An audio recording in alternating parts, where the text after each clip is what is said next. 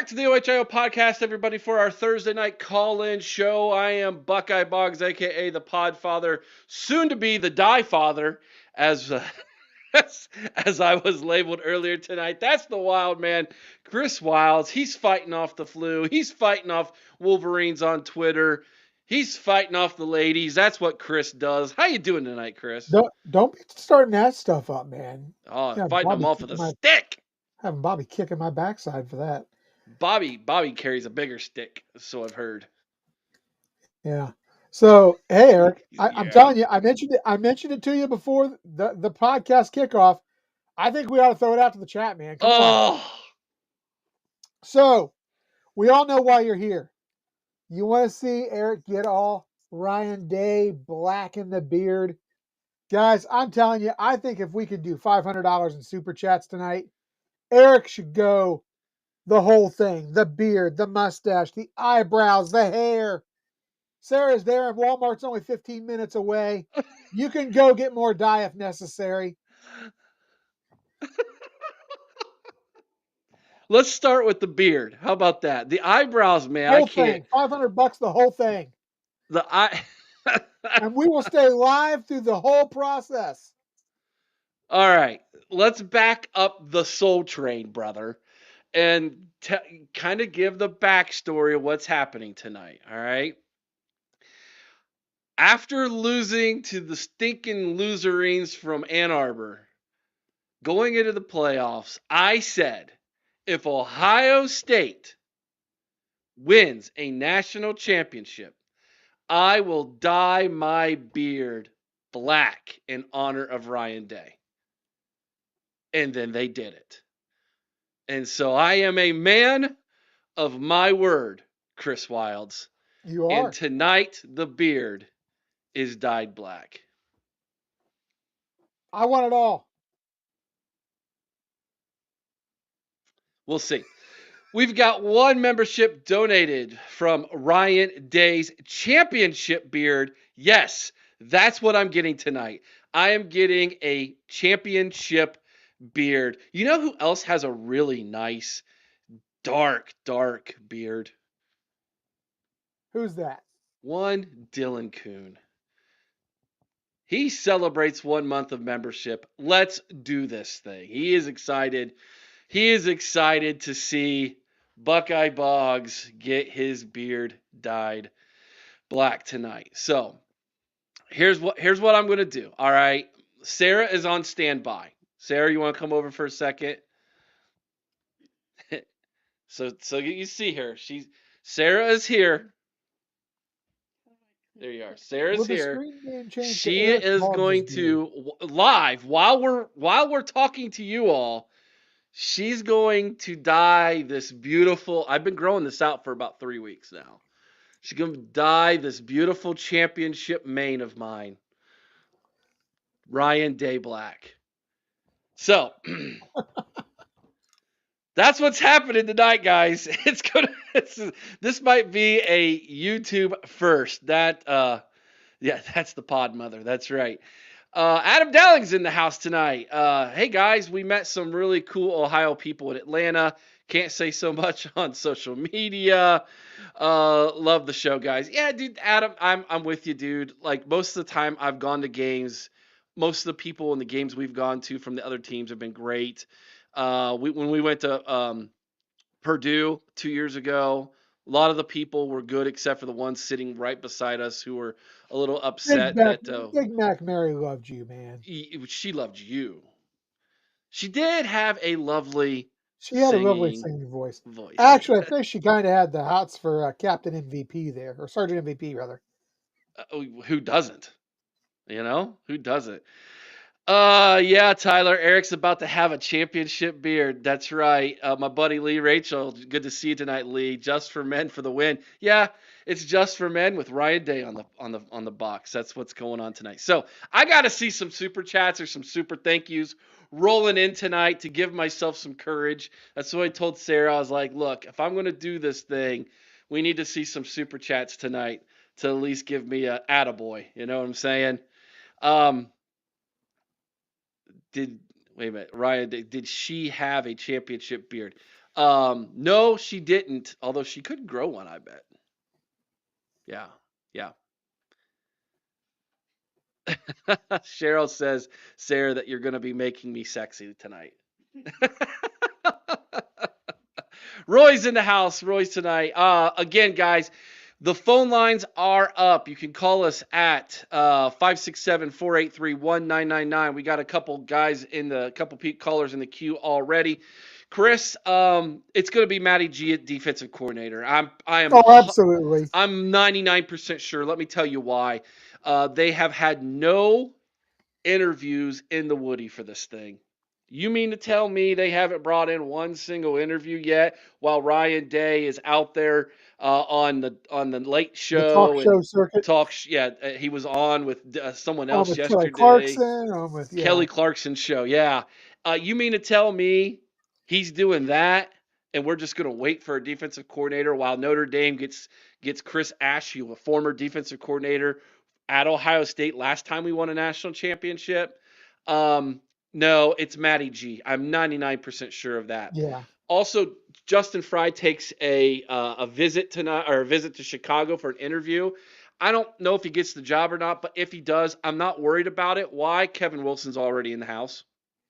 Yep. He coached offensive line. He can coach tight ends. I'm not worried about it. We've got a 4.99 super chat from DK.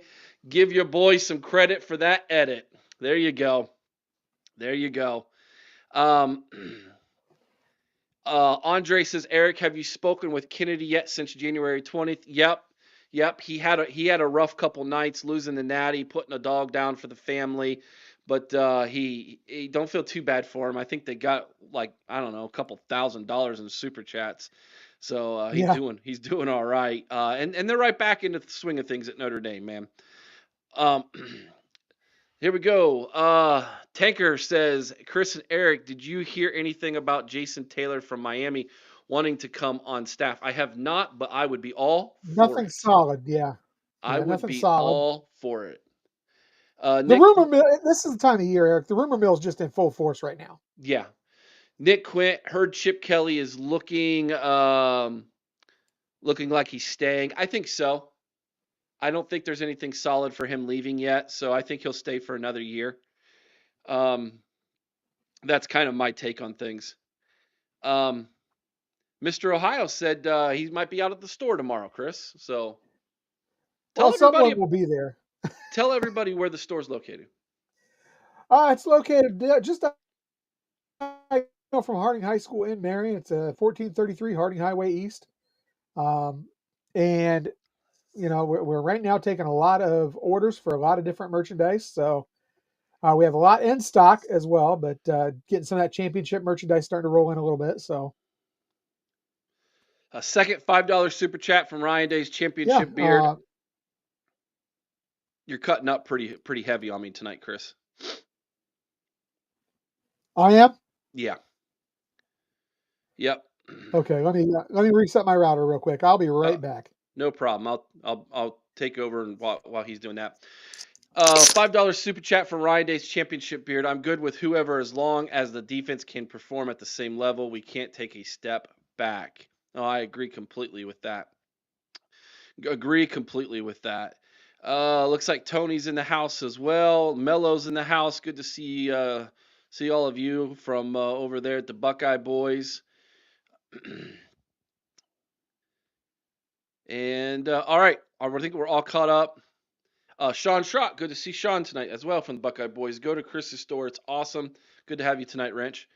All right. Lacey says Chris has got good merch. He absolutely does. If you want to see the online store, head on over to our website, theohiopodcast.com. Click on the store link. There you'll find a link to the online store. And if you are a member of the Pod Squad, aka the Lunatic Fringe, you can use a code to get free shipping on any purchase. Just another reason you should sign up to be a member on the OHIO podcast. $3.99 a month. And Chris and I have been busting out recruiting videos for all of you as well. We are the official Ohio State podcast of Fansided and Scarlet and Game. Head over to scarletandgame.com. You can read great articles there, and you can listen to the podcast if you don't like the way our faces look. Hey, we don't blame you. You can also listen to us wherever you download podcasts. If that's you tonight, by all means, please give us a 5-star review. We're also the official Ohio State podcast of The College Huddle. Head on over to thecollegehuddle.com where you can find us and 75 other of our closest friends from coast to coast covering their favorite football college team as well. All right, guys. So, like Chris and I were saying, there's a couple people a couple guys getting some interviews. We've lost one coach. I'm not terribly sad about losing Knowles. I think we're going to be just fine on the defensive side. Let's head on over to the calls here. We got 606 up first. Welcome to the OHIO podcast. Who we talking to tonight? This is the Lunatic Fringe. What's up, buddy? How are you? Not too bad. How's it going? Not bad, Steven. Not bad. Getting ready to get a black beard here in a few minutes, my man. That's the way I want to get off of here so I can watch that part. I guess got a few things that I wanted to go through. You're right. With Jim Knowles gone, he's gone. So I don't think that's going to hurt us from their side because he's not going to be able to scheme to what we have coming next year. And one, and two, he doesn't have the talent that we have or have had. So that's why I'm really not worried about, Knowles being gone. Now, if Matty G is the man, I hope he's ready for the job. The fan base is only expecting perfection next year. Well, I'm gonna say, Steven, that the expectations are going to be slightly less. I don't think as a fan base, of course we would love to win a national championship. I think next year's expectations are around 10-2, which is what they did this year, by the way, to be honest. Looking Right. at the schedule, I think 10-2 is achievable. But more important than anything, Steven, we gotta push Ryan Day over the goal line and beat the team from Ann Arbor. Agree. The other thing I had was Justin Fry. I was on a Bears podcast today, and they were talking about if they could get him in as the offensive line coach, that they'd have a pipeline of OSU players to Chicago. I thought that was pretty funny. You'd have to draft him, I think. Well, yeah. The drop-off that we have, I think, is in depth. Our defensive line, we have a drop-off in that, but we have an abundance of defensive backs. So I think if we lose anything out of the spring portal, it'll be defensive back. What do you think of that? Yeah, I think that there's a couple guys who are probably looking to see where they might land on the depth chart after spring. A defensive line is something I'm looking at, especially on the interior. Same thing with the linebacker room. If we're going to stay at 4-2-5, there's only two guys going to be on the field at a time at linebacker. That's got me a little bit worried that some of these linebackers might hit the portal as well. You always have to be worried about a position that has a lot of guys, offensive line. However, we've lost quite a few. We've lost quite a few in the offensive line already. And here's the thing. If you take who's left and is going to be entering the NFL draft or has graduated, and you add that to the guys who went to the portal, and you subtract who we've gotten from the portal already, we have a ton of roster space right now. Like, you can expect more portal gets than losses in the spring. I didn't think of it that way. Yes, I think depth is a concern, maybe experience of depth, but let's see who they get in the portal after spring ball, because there's gonna and listen, when you have a lack of depth, it's good for the underclassmen in spring. That means they're gonna get tons of reps with the ones and twos. So a lot more work for the younger guys. And that's good because let's be honest, this was a very much veteran-led football team in 2024. And so we're going to need a ton of these guys to step up next year. So do you think C.J. Hicks drops down to the rushing line and I do. stand-up linemen? I have him penciled in as an edge rusher because Yeah. I think that his talents are so that he needs to be on the field, and I think he'll see the field more often as a third down rusher or a backup defensive end to Caden Curry. I can see them doing a rushman package where they kick Curry inside next to Edric Houston. And then you got Kenyatta Jackson on one edge, and you got C.J. Hicks on the other edge, and you just go after the quarterback. I think with Jim Knowles no longer as the defensive coordinator, I think you're going to see Larry Johnson if he remains on the coaching staff. And there's no reason to believe he won't. I figured if we were going to get an announcement of his retirement, we would have heard it already. So, given that bit of news, I think you're going to see much more of what we saw from the defensive line back when he had more control of it before Knowles came, and so I think you're going to see a lot more like the Rushman package, things of that nature, where he's more creative in how he moves his pieces on the line. But we'll see. It's kind of all up in the air, and I think if you put Matty G in as the defensive coordinator, which is what I think they're going to do, I think he is less, since he's a younger guy, he's less to try to butt heads with Larry Johnson, which seems to be kind of what happened from what I'm gathering from Jim Knowles and Larry Johnson. There was kind of an alpha male test going on between those two. So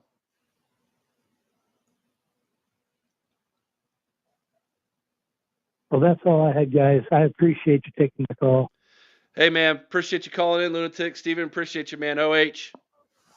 I-O. All right, Chris, we are off and running, my man. And running tonight. So at some point tonight, guys, here's the rundown. I need one more super chat, by the way. Give me one more super chat before we dive into this thing. Come on, guys. When I do this, when it's done, okay, I have to go rinse it out.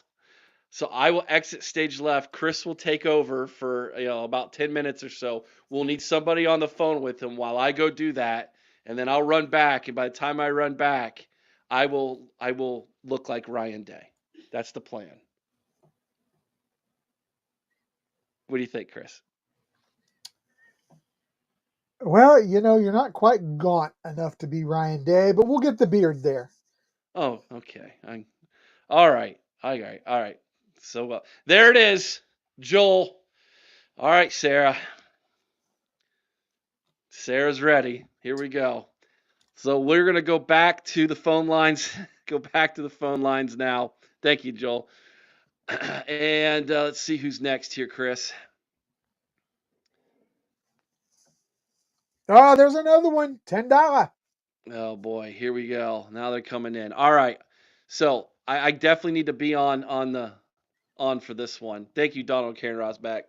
National champs, $10 holler. All right, dude, let's go. Ray, what's up, buddy? Hey, Eric.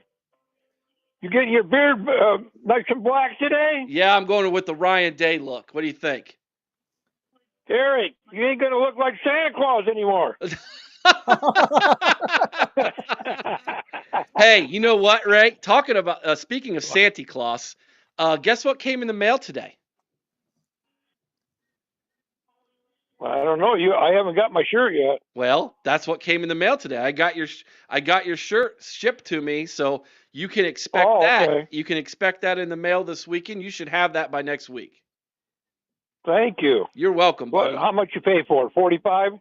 Ray, for you, I got a special deal. It was free. What, do you want me to pay you send you some money? No, Ray, I don't want your money, man. I just appreciate. Okay, well, I'm gonna when I get some Valentine's stuff after Valentine's Day, I'm gonna send you some more stuff out for your little kids over there. Sounds good, buddy. I appreciate that, man. I appreciate that. I got a couple questions for you. I'm 75 going on 76, and Jim Knowles looks about that old. How old is that guy? 60. Was he Jim Knowles 64, 65, 64. I think? Let me look it up. Yeah, I want to see what he's not a young man. 59. Is he really that young? Oh, he's only 59. Yeah, Wow, he looks a little older than that. Hey, is he marrying some 20-year-old chick or what? no, she's just a good-looking older lady. That's all. Oh, okay. I was wondering. Somebody said 29. I was just wondering if you get somebody that young. Then I was wondering, she's been putting a lot of crap out there about all that money he's getting, and that was an insult. They didn't give him 3.1 million like Penn State was doing. I thought maybe she's a gold digger. Well, I would almost count on that. She runs her mouth a lot, doesn't she, Ray? Well, it seemed like there was a lot of emails going out there. I seen on YouTube about it. Yeah. Let me tell you. I don't know. It's crazy to me that he wanted to go to Penn State, our rival. But are we going to lose an offensive guy too, or are we going to be able to keep Kelly? It looks like Kelly's probably going to stay at this point. At least I think so. I think he's honestly very content where he's at. He is still a young enough guy, though, that if he wanted to make a run to the NFL, he could as an OC for a couple of years and then maybe have a 3 to 5 year head coaching career. But that's about all it would be. Why not just stay where you're at, enjoying what you're doing? You're making good money. I mean, if you're content doing it, I say stay and do it. I think he's going to do it at least for another year, maybe two. But honestly, if he isn't gone within the next 2 years, he's not going anywhere. He'll be there till he retires, because that's just the point he's getting at with his career, I think. I mean, Eric, I had another question for you. Yes.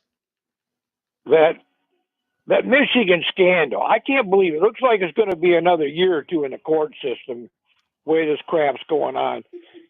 Don't you this remind you of Pete Rose or Lance Armstrong or Richard Nixon? They constantly say they haven't did anything wrong, yet they're showing even in their words that they did things wrong. Oh yeah. You know what I'm saying? Oh, completely. They're admitting that they've cheated. They actually admitted in their response that they cheated. They just are like saying, we didn't cheat as bad as you said we cheated. I mean, essentially. But man, well, how do you think the court systems are going to uphold them when their own words they leaked out just a few pages of it? Well, see, how's the court system going to overturn the NCAA on that? I don't see. That's the thing that scares me, Ray. Is I don't know how much power the courts can have in upholding a ruling by the NCAA, and I think we're about to find out. You all, if you haven't watched my video, you need to go watch my video from the other day. I'm the one Ohio State person that's on here saying I don't think anything's going to happen to Michigan. I think I could be wrong. I want to be wrong. I want them to get the hammer. But I have zero faith in the NCAA, and like I said, this is to me kind of going to be like the last stand in the Alamo. Remember the Alamo or the gunfight at the OK Corral? Like someone's going down here. Either Michigan's going down, or we're seeing the death nail put into the NCAA. Because if Michigan fights the NCAA and they win, what is the NCAA? They are a toothless, spineless organization. No one's ever going to listen to them again. Do we figure that I don't have much faith in that? I don't have much faith in the court systems either. And I'm going to tell you, Michigan's probably going to appeal this into Michigan, so they can get a bunch of judges rule in their favor because they're Michigan football fans. If the NCAA has any guts with all the evidence they got or whatever, what it looks like, they should take this all the way to Michigan, the Supreme Court, because Trump's got a lot of people in there. Don't you think that the Trump judges would rule in the NCAA's favor, or do you think they'd rule for Michigan's favor? Ray, I honestly don't know. I would like to think that they're going to rule on the side of the rule of law, but here's my thing. I almost wonder if the Big Ten schools themselves wouldn't have more power in this thing than the NCAA or the NCAA does. Just say, listen, we're not going to play you. We're not going to give you a forum if you don't accept your punishment. Yes, they're a blue blood brand, Yeah, but I are know. they really? Are they really? I Yeah, mean, I go ahead. I just feel like this is something that, yes, by all means, fight it in court. But I just think that the problem is that the schools in the NCAA have not come together. I think if you get the Big Ten and the NCAA on the same page and say, listen, this is what is happening. And if you don't want to deal with it, screw you. We just won't let you play any of our teams. I mean, and that needs to go through the whole NCAA. Just make them an outcast. Say, listen, you're either going to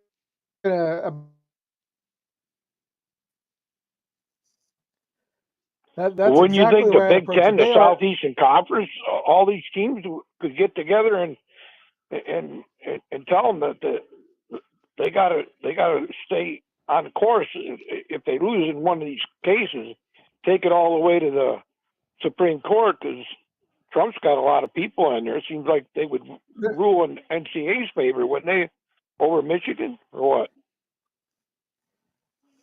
You know, I if you're following the rule of law, yes, they should, but I just don't Right. know. I just you just never know.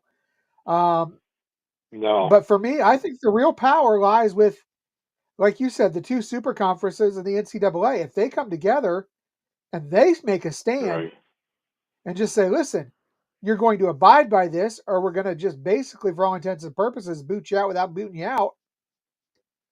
You know, we're going to blackball you. You're never going to play an NCAA game again. That's what needs to happen. This doesn't even need to be messed with in the courts. They just need to the two super conferences and the NCAA come together and make a stand. Hey, Eric, can you pull up when you get time the Ohio State schedule for next year and the Bully schedule, Michigan?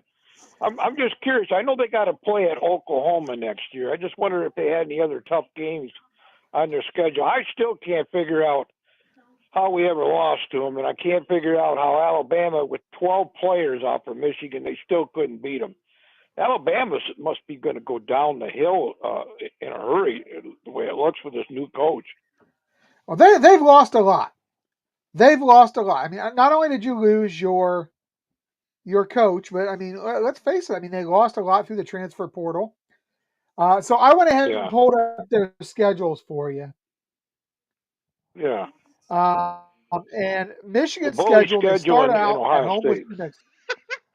Yeah, the first one's Michigan. It Yeah. starts out with New Mexico, then at Oklahoma, then their Okay. buddies from Central Michigan come to town. Then they're at Nebraska. Then they host Wisconsin. Then they're at USC. Then they host Mm-hmm. Washington. Then they're at Mm-hmm. Sparty. At Then they where? host. My God, this is the easiest schedule I've ever seen. They're, they host Purdue. Yep. Then they're at FAU, Oh, Northwestern, at oh, Maryland, gee. and then they host Ohio State. They don't play. I mean, as I'm looking here, Ray, at Michigan's schedule, maybe the at USC is probably their most challenging game before Ohio State.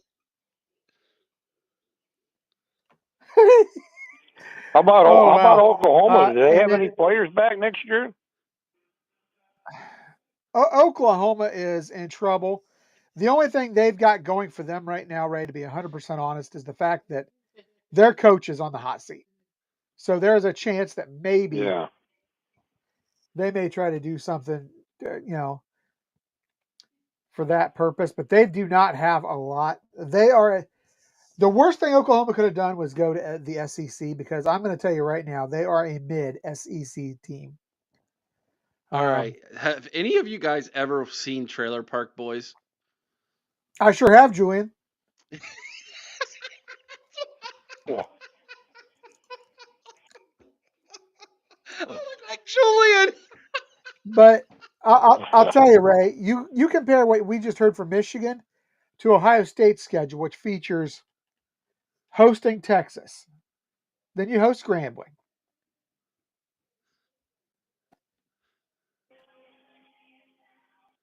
And The who? Huskies. You get Minnesota at home. What's that? You're breaking up again, Chris, man. That's what Texas and Minnesota. You have Texas, Grambling, then OU. You're at Washington. You play host to Minnesota, but then you have a brutal stretch on the road. You have Illinois. You're at Illinois. You're at Wisconsin. Penn State comes home to you. Then you go back out on the road for Purdue. You host UCLA. You host Rutgers, and then you go to Michigan. Those are two different schedules that are just, I mean, that Michigan schedule is cake. Do you think we have the quarterback for next year? I think they're gonna I think have Sand in there as a quarterback. If they don't believe Sand is the quarterback right now, they might try to reach out in the portal, but I don't think there's anything out there right now. It's going to be better. I don't think, even though he's really gifted, I don't know that they would risk starting Sinclair because he's physically gifted, maybe the most physically gifted quarterback to ever come into Ohio State. But he's just, the game is so much faster at this level than it is at the high school level in Ohio, especially when you consider, I mean, Bell Fountain, what are they, Eric? Are they 2 or 3? 3. All right. They're Division 3, so they're the top tier high school football. Hey, we got another week. Is the recruiting thing still the first week of February? Yes, there's another signing day. Yes, so first Wednesday of February, right? I think so. Yeah. Are we going to get? We going to get a couple more defensive linemen, or I don't know that we're going to get a couple more defensive linemen in this recruiting. I don't think we're going to get a couple more in this recruiting class. They're going to be from the portal. Is what it'll be. All right, Ray, I gotta go, man. We gotta take another phone call, brother, and then I gotta wash this stuff out of my beard. I don't want it to set in too long. All right, Ray, appreciate your call, buddy. Thanks for that shirt. All right, I'll be sending it to you. OH. Okay. Hey, Sarah. Hey, Sarah, let's get those eyebrows done next. Go Bucks. Yep. All right, dude. All right, I got to go wash this out. I'm going to bring Tyler on, and then I'm going to run down, and then I'll be about 10, 15 minutes, Chris, all right? I want those eyebrows black when you come back up. It ain't happening. Tyler, what's up, buddy? Nothing much, Eric. National champions. National champions, Tyler, and it feels good, doesn't it? Every time I call, I'm going to say national champions. Well, every time you call, every time you tune us in, you're going to see Eric, and you're going to remember national champions, because that's a national championship beard right there. So what's on your mind tonight, Tyler? So, I got a lot of things to say about this Michigan thing. Oh, let it go, man. Let it go. So, one of my biggest pet peeves with this whole thing, Chris, is if someone is telling you the truth, it's not easy. No, it's not hard for you to say, "Oh, I didn't do this." But people that continually make up lies, it's harder for you to continue lying because it has to be more elaborate. It has, you have to tell lies. One of the biggest lies that Michigan fans keep wrapping themselves around is the whole Ryan Day's PI and his brother. Yeah. Yeah, they're full of crap. We know they're full of crap. You know, there is nothing that. And here's the problem. And I actually saw a very good article on this the other day. You almost feel sorry for the Michigan fan base from the standpoint of they have sold this bill of goods by Michigan media, the podcasters that report on Michigan, all these people who are in the pocket of the university, spreading the propaganda that you know Ohio State's the one that. If I have to see one more person say Ohio State cheated, if I have to see one more person say, "Oh, it didn't give us a competitive advantage," my personal favorite is they like to throw up Tattoo Gate. The difference between us and Tattoo Gate is, first of all, between Michigan and Tattoo Gate is Michigan gained competitive advantage on the field, something that Tattoo Gate did not.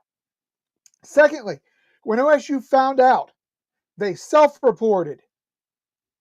They complied and worked with the NCAA. They, for all intents and purposes, fired Jim Tressel or allowed him to resign. A guy who really, comparatively, did nothing compared to what Michigan did.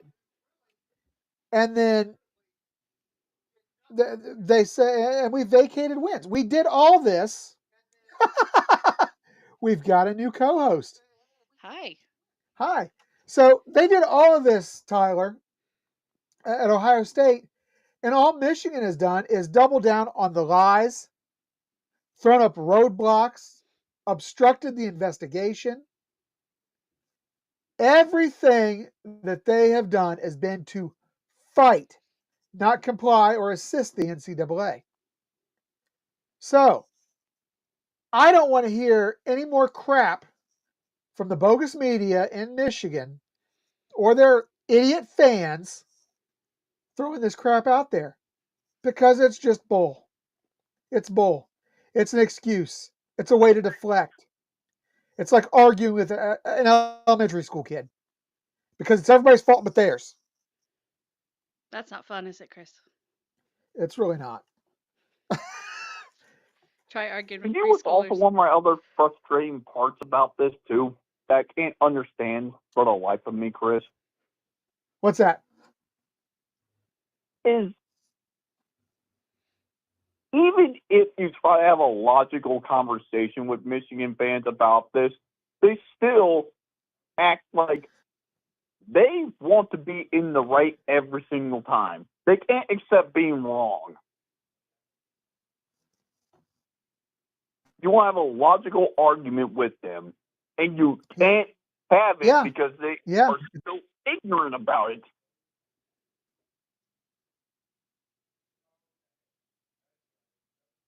Oh no.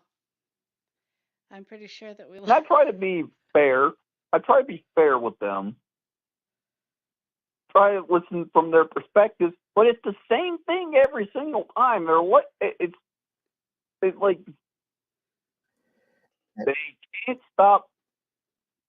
They can't accept the idea that their whole program is where it is now for whatever reason. Unlike Ohio State, where if we made the same mistake they did, we would actually say this is. We would actually be honest about it. Like, how hard is it to be honest? I agree 100%. I really do. And uh-oh, are you guys not getting me? Well, we are now, but for a second you weren't, and I got really scared because Eric said, "Go put the headphones on, and if people want to talk about my beard, you can let them know what's going on." And I'm like, "That's good because nobody wants to hear me talk about football." Can you guys in the chat hear Chris and the caller? Can you hear Tyler? I heard Tyler earlier. I can hear Chris. Yeah. So here's the thing, Tyler. You can't use Thank logic God they can't on hear the Chris. illogical. Oh, jeez. What the heck? Can you not hear me? Bye, everybody. Can you hear me, Sarah? I can hear you guys. I don't know what's going on. I want to know where Lou Holtz is. I have an idea. I know who's messing up this. Connor Stallions. All right, I'm back. Can you hear me or not, Eric? I can hear you, yeah. Okay. So, guys, please bear with me. Frontier is supposed to be in to hook me up soon. Spectrum's got to go. All right. Eric, apparently you are Paul Blart Mall Cop. That's not a good thing. I'm gonna be throwing up some pictures here of we'll see who I look like the most here in a minute. But gosh, this is yeah. Thanks, baby. You're welcome. She still loves me. Oh my goodness. Kenneth, no, we don't block people from calling. To my knowledge, do we, Eric? I've blocked one person. Okay. Yeah, the guy who called in was the Gremlin guy. Oh, Did we yeah, the lose? Gremlin guy. Yeah, did we lose Tyler? I'm on the phone, Eric. Okay, There, hey there he is. Tyler, how are you, man? I'm great, Eric. How's my beard looking, buddy? Oh, I can't see it right now. So Okay. You're not missing a lot. But my biggest pet peeve, Eric, I just told this to Chris, with Michigan fans, why is it that that they can't admit that why is it so hard for them to actually tell the truth and actually say, hey, we made a mistake, we messed up, what is their reason for not telling the truth? Why is it so hard for them to actually admit that they made a mistake and actually try to rebuild their relationship with, even though we despise them, try to make this rivalry respectable? Mm-hmm. I would say, Tyler, to answer your question, why is it so hard for them, is because they would have then to admit that everything that they have watched their team that they love achieve in the last 3 years literally means that it was all false. It was fake. And that would be really hard for them to admit to, Tyler, because if you take into account that this was really their first championship since 1990, what was it, 97, and 97, and that was after a split title. And that was a split title. This is their first actual outright championship since 40-something. Since Eisenhower was in office. Yeah. So that, to me, to answer your question, they don't want to admit that because that would be incredibly difficult to admit that they're literally the most underachieving blue blood program in the last 80 years. I mean, I understand that, Eric. But here's my biggest thing that really is bothering me about this is the total lack of respect towards everyone else in the conference. I understand you do it to Ohio State because we despise each other. We despise them. They despise us. I understand that to an extent. But what I don't understand is why everyone else.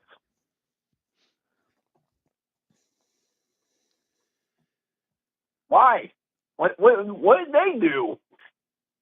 You mean everyone else is, us. as in the other fan bases? Yeah, why all the other fan bases across the conference? Why do they hate us or hate them? No, I meant why are they getting involved? Why did they have all involved the rest of the conference in this cheating scandal. Like, you're just making the rest of the conference despise you. Oh, yeah. Why are they doing that, or why? I mean, because they don't care. That's the thing about Michigan fans. They just don't care about what anybody else thinks. That's a part of the quote unquote leaders in the best. You could literally exchange those words, and it would be like ego and what's the word I'm thinking of, Chris, where you think you're better than everybody? Narcissistic. Narcissism. Yeah. Oh yeah, they're definitely narcissistic. They love themselves more than anybody else I've ever seen. And I think a lot of that, though, and I was mentioning it to Tyler while you were off the air, Eric, a lot of what he asked why they hold so tightly to the championship. I truly believe a lot of it is that they are convinced by the propaganda being spewed by their media and their podcasters who are in the pocket of the university. They believe this to be fact. I truly believe that if you talk to some of these people, they truly believe that what they are hearing out of people like, Scam Webb and Portnoy and the people at the university, they believe this is truth. And they couldn't be further Portnoy, you got a from. lot of things to say too. You better hope that what I found on Twitter is not true. What's that? I'm just going to leave it at that. If you know, you know. I'm not going to speak on but all I got to say is Michigan.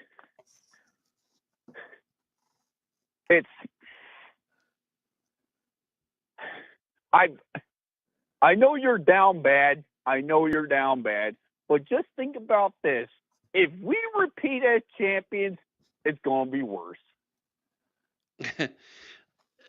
Yeah, well, I mean, it's already bad enough, Tyler, when you think of it, that we've won 3 to their 1 essentially since 2000. So, yeah, man, it is what it is. All right, Tyler, we need to move on, brother. Appreciate you calling in, my man.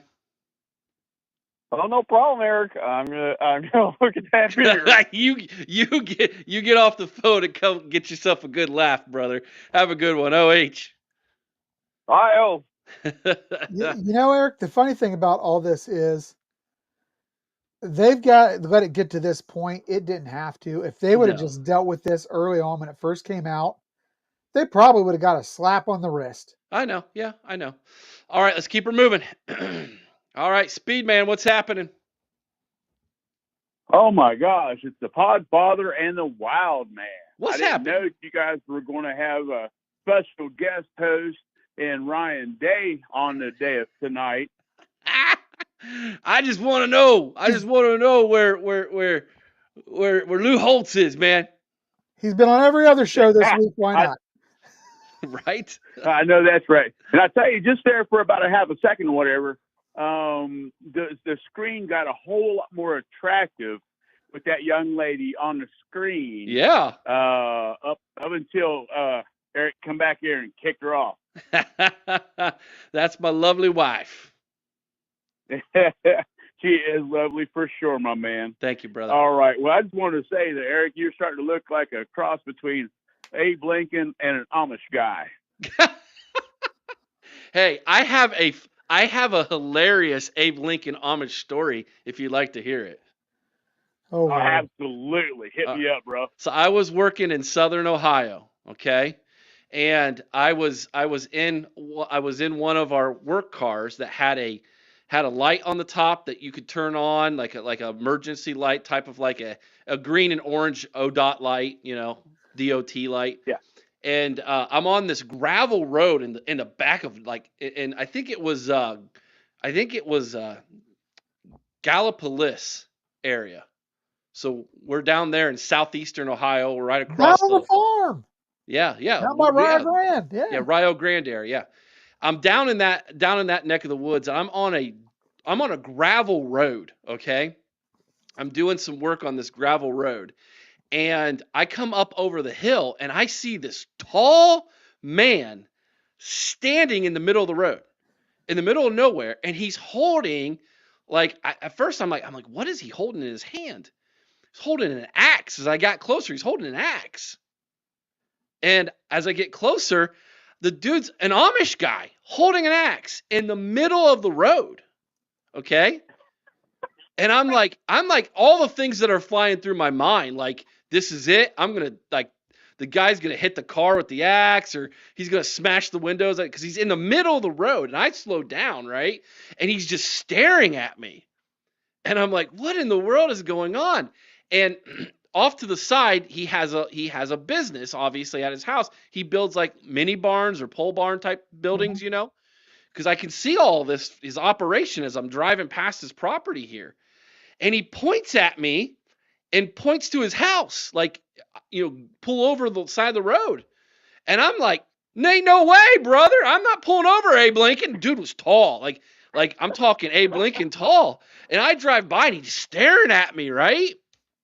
And I'm like, dude, it scared me to death. Well, I think what he thought I was with like the company that like probably hauls his barns or his sheds to people.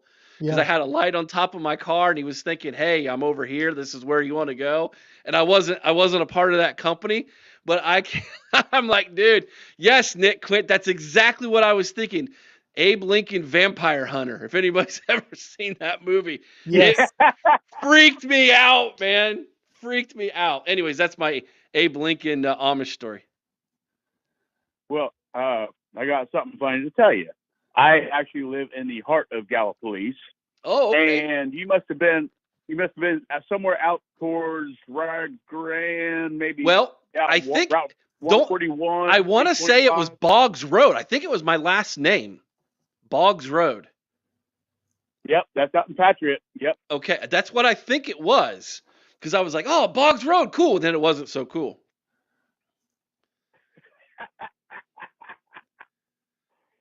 Oh, what a great story, man. Thank you so much. That just made my day, dude. You're welcome, man. Okay, let's get down to business now, shall we? Let's do it. Okay, so I have a question.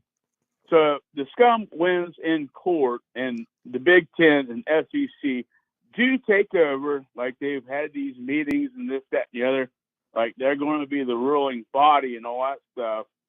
How will they have any power, knowing the courts have not supported the NCAA policies, rules, or punishment? Will the courts have the power? No. I say when NCAA tries to hand down these punishments and rulings and all that stuff, they've lost in court. So what makes the SEC/Big Ten, I don't know what you want to call it, committee or whatever, what makes them think that they're going to have any more kind of power than the NCAA at this point? Because the courts have overruled pretty much everything the NCAA has done in the last 3 or 4 years. Exactly. That's been my whole concern throughout this entire thing, is the fact that that Michigan. Okay, I remember saying, Chris, you can back me on this. I remember saying when Jim Harbaugh was coach and he was going up against the NCAA, he pushed all his chips into the middle. Yeah. It said, I'm going all in. It doesn't matter what the NCAA thinks or says. I'm pushing all my chips in the middle because I don't think the NCAA has a backbone to do anything. Well, they did give him a show cause, but it's after the fact, right? Right. It didn't like is like when it didn't matter anymore. The longer Michigan draws this thing out in the courts, the more it's not going to matter anymore. And here's why. Hear me out. let's say that this thing takes 2 years to resolve in the courts, which is not a stretch. Is not a stretch for this. Like, I could definitely see this thing going beyond 2 years, right? How then can the court justify the NCAA doing things like punishing the kids who are on this team when none of them were even on the team back when all of these things took place? That's why I honestly think it'll be Yeah. a retroactive punishment. It would be vacated wins. It would be a vacated title, if anything. They aren't going to be able to do anything to the current kids if you get that far out. Right, but none of that will matter now. Which is why I think you need to. I'm telling you right now, the NCAA, the Big Ten, the SEC, the three big bodies in football need to come together and impose their will on Michigan. Which they could, but but then the thing is, if you do that, right, then what's stopping them from imposing their will on any other program? Don't cheat and they won't do it. Right, but Chris, the SEC have all been cheating for decades and they know it. So they're not going to do anything. The what? SEC teams won't. I disagree. I'll tell you right now, Alabama would be at the head of spearhead going after Michigan right now. No, I don't know. Alabama's not the same Alabama without Nick Saban there, and you know that. No, but they're the team that got knocked out last year too, during that championship run. Just my take. I mean, I know I'm on an island here. Like when it comes to Ohio State podcasters, right? Am I the only one? Have you heard anybody else say what I'm saying where I don't think anything happens? I've heard a few say it's going to be a lot less than what people think. Yeah. Now, me too. But I want to be perfectly clear, Speedman. I gotta be perfectly clear. When I say this, it's not that I want nothing to happen. I want them to get hammered. I can't stand the program, and they cheated. And I think the NCAA needs to say you cannot cheat. It's against the rules. We have to take a stand.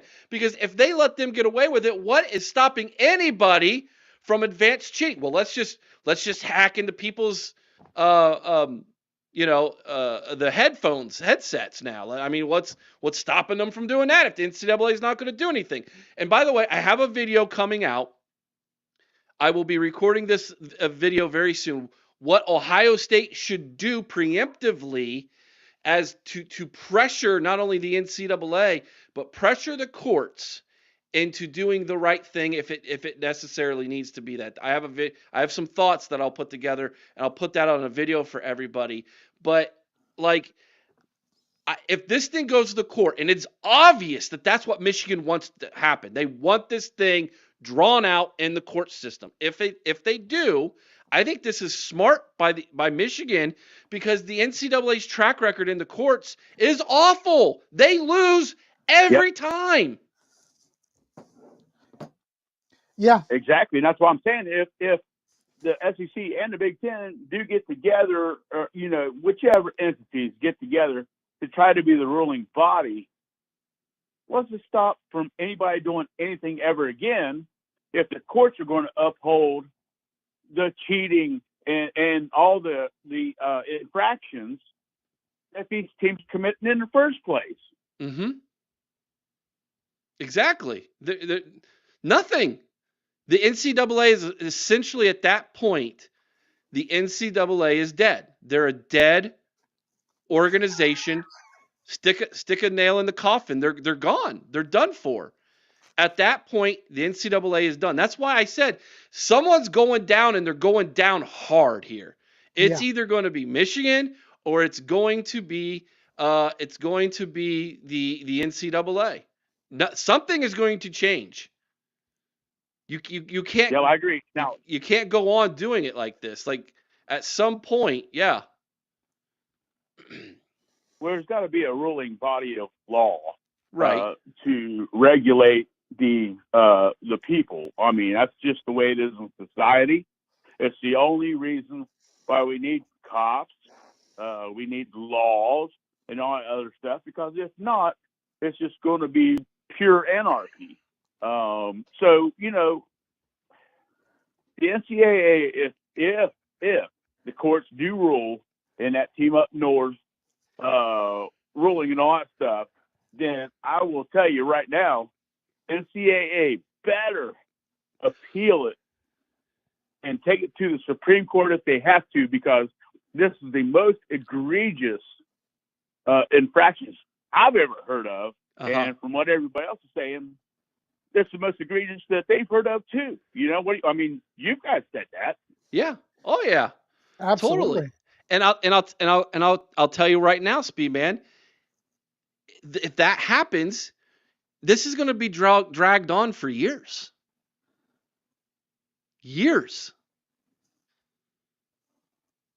So. Yep. And I agree with you guys too that I don't agree with punishing student athletes or whatever who weren't even involved in it. Like you said, if the courts go on for a couple of years, this, that, and the other stuff, there's not going to be anybody on that team, on the roster, the staff, or anything probably that had anything to do with that scandal. So, but then you have the tattoo people, you know, from Ohio State that didn't even play the following year, but yet that team still got punished, and none of those guys were even affected by it. That was self-imposed, though. That was self-imposed because Ohio State got in front of it. Damn Gene Smith.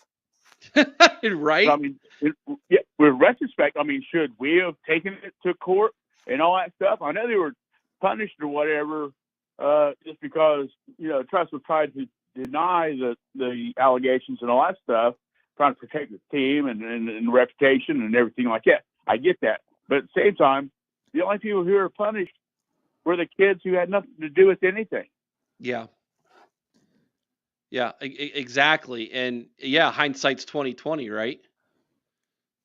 Yep.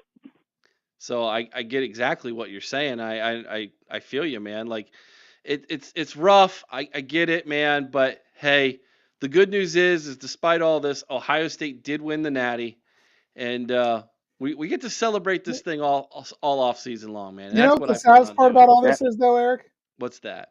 If this was 1987, they'd be receiving the death penalty right now. It would take them a while. Remember, the NCAA moved at a snail's pace, dude. So, but yes, well, you know what? With SMU, they got caught up in the pay-to-play thing. You know, their players were getting, you know, $50 to $725 a month, which, you know, doesn't sound like much. Yep. Eric Dickerson. But it was 1985 and 1986, and in 1987, they delivered the death penalty. I stand corrected. Okay, I stand corrected. Interesting. All right, you got anything else, Speedman?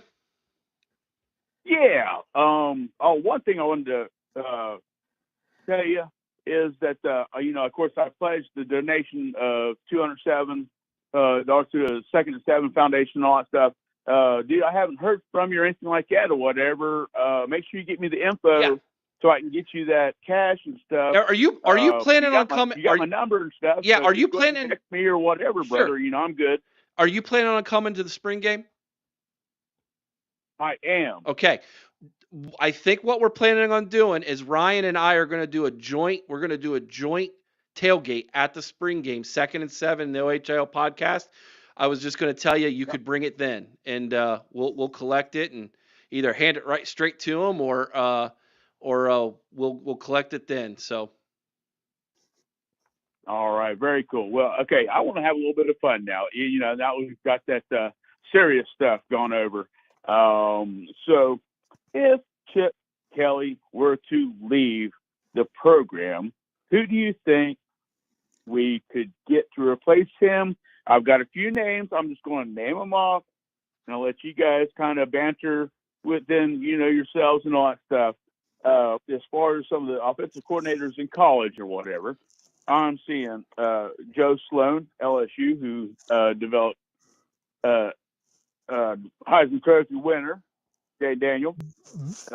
Nick Sheridan, Alabama. I mean, how secure is that job and stuff? Because we got Kalen DeBoer, you know, and Charlie Weiss Jr., Ole Miss, who has done a great job. Kevin Wilson, of course. Kevin Wilson's in the building, right? Yeah. He's our guy. That's my man. Tim Cramsey, Memphis. Warren Ruggiero from Wake Forest. I mean, if they're ranked in all those guys I named just now are ranked in the top 25 of offensive coordinators for this past year. Now, I will tell you that my dream offensive coordinator, if Chip Kelly were to leave, has to be Garrett Riley, because Dabo has yet to free that man to run his system at Clemson, and it's obvious and it shows. That's why Clemson has not climbed back to the top. And oh my gosh, if we get him, Garrett Riley would be the man. Yeah. No, that's a great choice right there. Yeah, but I think if you're asking me what Ryan Day will do, and now since I have Ryan Day's beard on, I immediately am thinking like him. It's Kevin Wilson. There's already a trust there. Yeah, I mean, that's experience, trust. They like each other. He can also coach offensive line and tight ends. He's versatile. He can be the eyes in the sky again. And I would think that there would be more of a Brian Hartline get him ready for that position approach. Yeah, I totally agree. And I'll tell you what, love me some Kevin Wilson. It makes total sense. If Justin Fry does go to the Bears or wherever he might go, I would be so comforted with Kevin going in there, because I've been pretty critical of Justin Fry and all that stuff and his development, and I'm sorry guys, but I still believe that part of the reason why those offensive linemen had got to the level that they had, going to the playoff run and all that stuff, is because of Chip Kelly. I mean, look about last year, about how our wide receivers blocked and this, that, and the other. All of a sudden, Chip Kelly comes in and Brian Hartline get together, and all of a sudden, wow, we've got some massive blocks or whatever from Emeka, Brandon Ennis. He's been a master blocker this year. I mean, I'm just saying that Chip Kelly effect, I think, helped improve every position room on that offense. Oh yeah, totally, completely, man, completely. Yeah, no, there's no doubt about that. No doubt about that. What else you got, Speed Man? Cool. All right. Well, okay. Let's go to the opposite side of the ball, boys. Or let's do it. Who's going to replace Coach Jim Knowles? Let me first say that I appreciate what the man has done for Ohio State, our program, got us the Natty and all that stuff. But I think it's still kind of a stab in the back or whatever for him to go to Penn State. But I digress. Let's go to who can replace Jim Knowles. And again, these are some defensive coordinators or defensive-minded people in the top 25. Phil Parker from Iowa. How would that man feel if he actually had an offense to help him win games? Yeah. So can I speak on Phil Parker for just a second? He is You sure can. He's an Ohio guy. He's from Ohio. Number one. I've talked to some Iowa people and actually have gotten kind of their opinion of Phil Parker because I was curious. They feel Phil Parker would never leave Iowa. They think that they don't think an additional money amount would even cause him to leave Iowa. Yeah, well, I mean, I understand that, and Iowa would be smart to probably pay him more than they pay Kirk Ferentz at this point. Oh, without a doubt, he does more for the team. Yeah, that's true. Yeah, that's true. Pasquale got more than half their wins, probably 75% of the wins. The other name that I was intrigued by was Chris Ash because he was the the co-defensive coordinator in 2014 when we won our national championship. Yes, he went to Rutgers and things got sideways, but there's only one person. There's only one person that I know of that can go to Rutgers and make that thing work, and he's That's already Schiano. there. Yeah. It's Greg Schiano. So, Yeah. I don't hold that against Chris Ash, but Notre Dame gobbled him up. He's over at Notre Dame now, which makes sense because Chris Ash was coached with Luke Fickell. Luke Fickell was coached with Marcus Freeman. There's a familiarity between there. So yeah, that's not an option. But let me ask you this, Speed Man. What about Luke Fickell? Would you take Luke back? Yeah. Oh, yeah. Of course. His name is on my list. If he were to come back and all that, I know he would be welcomed with open arms. It seems so logical. He's like the Brian Hartline of the Ohio State defense. He's been there, done that, had a career in the NFL, trains and develops, has a high respectable reputation. It's totally logical to me, but would he want to step down as head coach at Wisconsin to come, back to Ohio State? But if he does, we could also possibly get back one of Ohio State legend quarterbacks. He's up there helping to train the quarterback coach. Mm-hmm. The questions out there from Podfather's Championship Beard. See what you did there with my face as his avatar. I'm looking at me. It's the weirdest thing ever. It's like that movie. He says, would Luke come back? He'd have to leave a head coaching job. Right now, you all realize Wisconsin's calling for Luke to be fired. Yeah. The fans. Things are not going so hot for Luke Fickell in Wisconsin. And if he could fall back on his feet at Ohio State as the defensive coordinator, I think he would do it in a heartbeat. I almost think that he'd want something in there about he gets first shot should day go, though. I think in all honesty, he probably should have that chance, though. But not that he would have that shot, but I think that there would be conversations between him. At least getting the interview process. Yeah, at least getting an interview from our new athletic director, who has proven and shown me that even though he's very polite in what he says to Gene Smith, he don't care what Gene Smith thinks. No, he's really going to do his own thing, man. No, not at all. And good for him. Yeah, I agree. Okay, well, let's go down this rabbit hole a little bit more as far as possible defensive coordinators. Al Golden at Notre Dame. Like you said, they brought in old boy Tony White from Nebraska. They got pretty good on defense. Al Golden with the Bengals now. And I've got Luke Fickell. Like I said, I got Luke Fickell on this list here. And I got two other names I want to throw in the ring here and let me know what you guys think. Mike Tressel from Wisconsin. The other one is John Haycock from Iowa State, who is a brother to Jim, who's a legend at Ohio State. Well, you're pulling out all kinds of names on me that I didn't think about. The Tressel one I thought about, but then I quickly said that probably wouldn't happen. I don't know his age. Do you?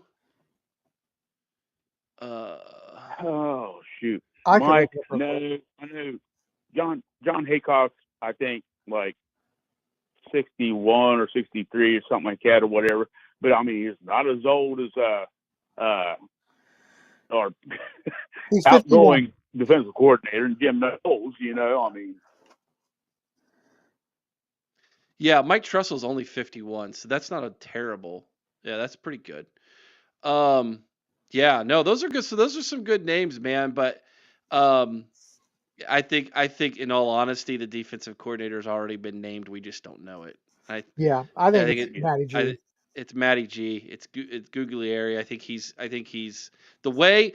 On Sunday, Chris and I are in the shoe, right? And we're watching the celebration, and Ryan Day goes, one of the best, most knowledgeable defensive minds in all the game. He's going to be a great head Up coach and someday. coming star. Up and coming star. Like, he was priming us for this announcement down the road that he's the defensive coordinator. So, and it makes perfect sense, though.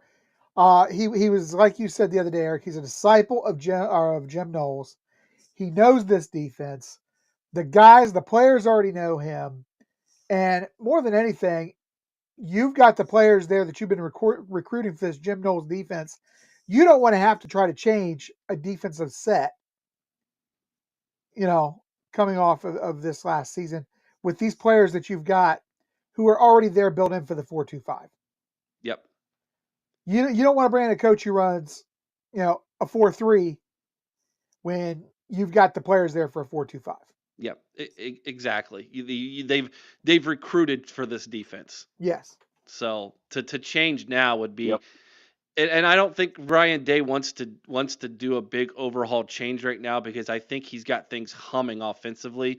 You got a little bit of time left with Jeremiah Smith, and you got 1 year left with Carnell Tate, right? So, like, in his mind, I've got a good offensive line now. I need to get my quarterback up to speed with these amazing weapons I have on the outside. I don't want to change this defense and affect what I've got going on the offensive side. Yep. Totally understand that. Perfectly logical. All right, brother, man. Anything else, man? Just want to send a shout out to my boy Derek and P-Boy. I've been turning them on to your podcast and all that stuff. Great. Because I believe in you guys, and I've told them what great content you guys have. So those are some of my good buddies down here in Gallia County. And I also want to shout out to CW2, Sean Schrock, the Pod Championship beard, or whatever it might be next year or next week. Just all the people in the chat, like I said last week or whatever. Appreciate everybody. Ohio State has the best fans, even though we have our section or whatever who may be irrational, like other team bases and all that stuff or whatever. But at the same time, you guys keep it real, and that's what I love about y'all. And I just appreciate the opportunity to talk with you. Speed, man, I appreciate you, brother, man. Eric, we need to go down, hit the Bean Dinner or down there, or drive down there for the Bob Evans Farm Festival. Yeah, Speed, man, I'll tell you what, I actually go down to Gallia County a lot for work. I'm down there a ton. Yeah, if next time I'm down there, I'll give you a call. Oh, please do. Yeah, shoot me a text or something like that. When you know you're coming down here, I would love to meet up with you, buy you lunch or dinner or whatever. Oh, that'd be a great time, bro. It would be, man. We'll hook up, and we might even let Chris tag along if I'm not working too hard. So. Hey, man, that's the stomping grounds for my mom's side of the family, man. We just won't let him talk. Oh, sounds good, Speed, man. Thanks for calling, brother. OH. Hey, no problem. IO, and by the way, Chris, the Wild Man, I love you, bro. I don't tease you unless I like you, bub. Well, that's all right, man. You have a good night. All right, guys. We'll see you. Have a great night, and we'll talk to you soon. Thank you much. Bye-bye. See you, bub. Oh, my gosh. All right, so we've had a lot of people hop in and hop out of the queue since then, but I got Chris, here we go. You ready for this? What do you got for us?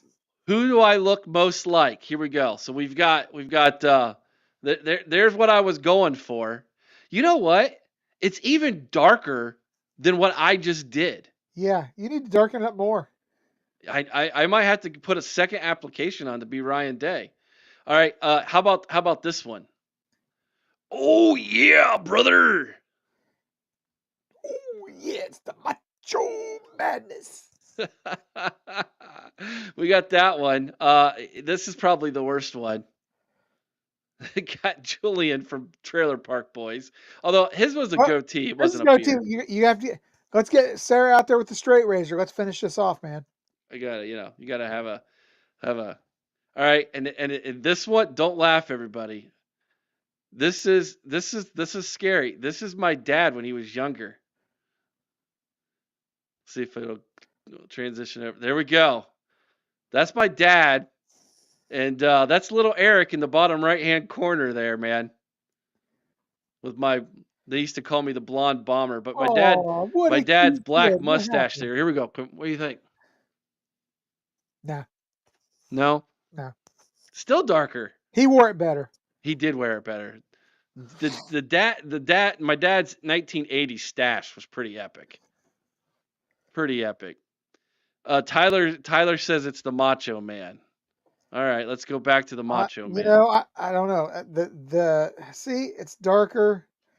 The cut's about right, but see, you don't have it all the way up here. You still got right in here. You got this right in here. You got your little chipmunk showing. You don't have it all covered up by the fur. Oh man. Oh, how about Dom DeLuise, Cannonball Run? Yeah, I want a picture of that, Eric. I bet that one would be a good one. Dom DeLuise, huh? Let me look this up here before I do anything. Cannonball Run, Dom DeLuise. Oh, come on, you guys! Let's see it. Come on! Let's see it. You gotta be kidding me! Let's see it. Oh, come on! Are you for real, guys?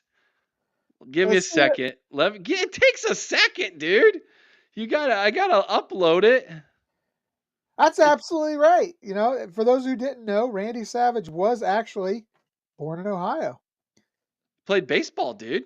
Yeah, he did. All right, hold on. Let me change this out, and it'll just take 30 seconds here. I found a picture. I can't believe you guys are making me do this.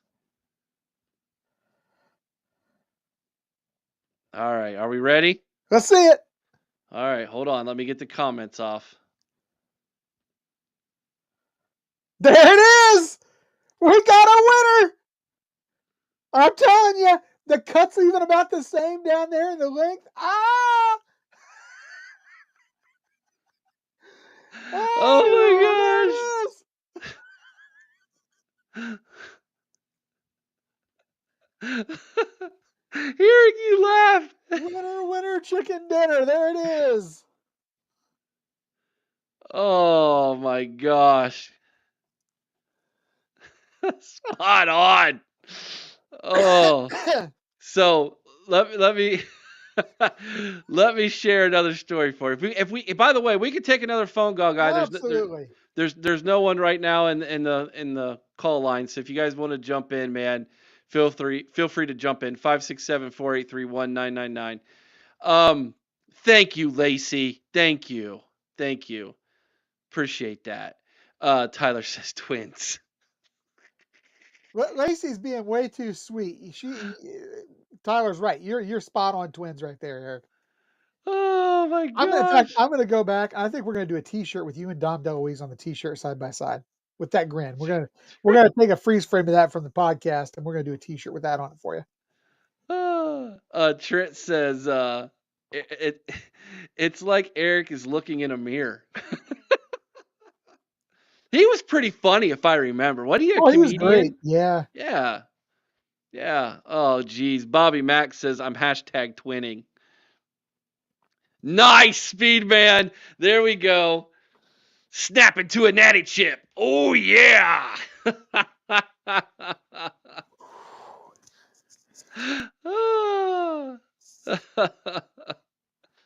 At least Dom was hilarious. That's what we're getting from people, man. Well, if you're Dom, does that make me Fat Burt Reynolds?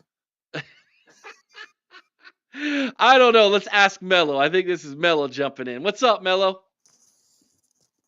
And how'd you know it was me? Dude, literally, I have your number saved. So when I see the numbers, I look real fast and be like, oh, that's Mello's number. What's up, Pop Father? How you doing, Wild Man? Oh, I'm doing awesome, man. Yourself? Man, I'm doing well, man. This show's been so entertaining today. I think you need to do you need to re-black the beard again so it's darker, but do it on the next call-in show so we can watch again and call in. I love it. Wait a second. Why is it my beard that is getting... Chris, you had a beard. You trimmed it up. I think Chris should be the smart. next one. So we actually have my beard. You know what? I'm going to be honest with you, Mello. Now that I'm sitting here and I'm talking about it, I kind of like it. Just Man, take it it looks darker. good. Yeah, That's what I was calling in to tell you it looks good. I think you should keep it. That's a new look for you. You definitely should keep it till we win back-to-back natties. It's a good luck charm now. I gotta keep it off. Don't you think you ought to take the eyebrows and the hair the same color though? Go the full effect. Yeah, you gonna do that? I think you should. Hold on. Does Ryan Day have the same color, all three? Yes. Hey. Yes. Oh yeah, you gotta go full Ryan. Oh yeah, Day. Here, look. I'll pull it up for you. There you go. Yeah, That's serious just for men happening right there. But the problem is, if you look at it from the side, like like that's a big difference, man. That's what I'm saying. You need to get that all going the same color. I gotta tie it all.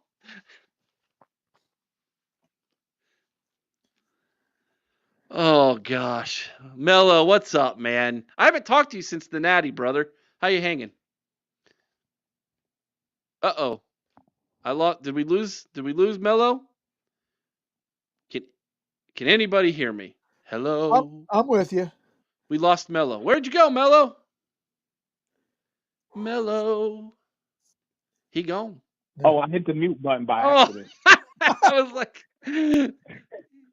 was like, he's like, man, I didn't even call to talk football. I just wanted to, I haven't talked to you guys in a while. I wanted to see how you guys are doing in life in general.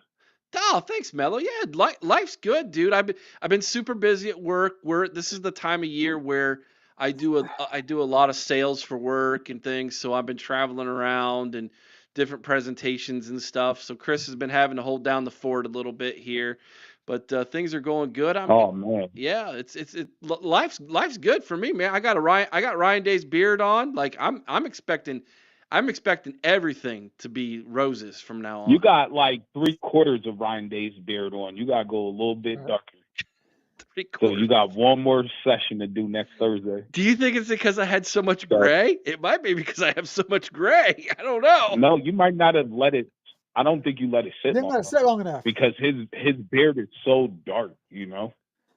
Well, it tells me. Hey, Chris, how you doing, brother? I'm alive, man. I'm okay. Man, those kids haven't killed you yet at school? Man, I've been fighting off the flu all day. They're trying. They're trying. Oh man, I'm sorry. Yeah, I've been fighting off the flu all day, and then I came home. My son's got the flu now too. So, but man, hey, I just show got must go on, right? My daughter had it all last week. Oh, you had COVID, bro? Last week, it wasn't as bad as the first 2 times that I had it. But like not being able to go to the gym for a week kind of killed me. And like my daughter's been running extra miles after soccer practice to try to get her lungs back because we have to go to Dallas next weekend for a showcase, and there's about 10 colleges coming to see her. Nice. So she needs to perform, and we're playing all like heavy hitters nationally. Yeah. So she's trying to get her lungs back right before that. She has track trials tomorrow, so yeah, she should be good. You know, me and Devin kicked it for the Rose Bowl, and then he spent the night at my house after the Natty. So we've been kicking it. You know, enjoying the chat tonight. The chat has been going absolutely nuts in there. I don't know if you know Lacey or not, but she was on our show earlier, and she absolutely eviscerated an Oregon Ducks fan. It was the most hilarious thing I've seen in a long time. It was actually gold. And I think she's actually trying to call in. Is she waiting? Because I'll hop off. So she's like, I think she's a first-time caller. So well, I can look up real fast here if this is a first-time number. So let's see here. Nope, I got both these numbers are people who have called in before. So she must. Oh, okay. She so must and if be. one of them is that guy that lives down in the trailer by the sea, he could just keep holding. I'm not even worried about him. Lives in a van. Lives in a van down by the river, not a trailer down by the sea. Oh yeah, that's me, man. Hey, I had to downgrade him. He lives in. Oh, she hung Mello. up, Eric. Yes, Man, that's too bad. I'm so happy C.J. Stroud got that bozo up out of the playoffs, man. That made me feel great. Oh gosh, I know it, man. Mello. Did you see our interview with Joey and Nick Bosa's mom? No, no. Yes, I did. Yeah. I for a minute there I was thinking Sawyer, but Man, she was speaking highly of Jim Hairball. Me and Devin almost threw up. She was like, I know, everybody gets angry, but he's actually a very good guy. I was like, man, the whole time I was just thinking like unchristian like thoughts, just of him falling off a bridge or something. But like, yeah. Does I was he just invite sitting here and I Joey had to over? take it while she was on it. We tried to change the subject really quick. Mello, you got to realize, man, when these guys go pro, it's a profession now. It's their job, you Yeah. know. It's just different. It's just different in there, man. That's why I love college, dude.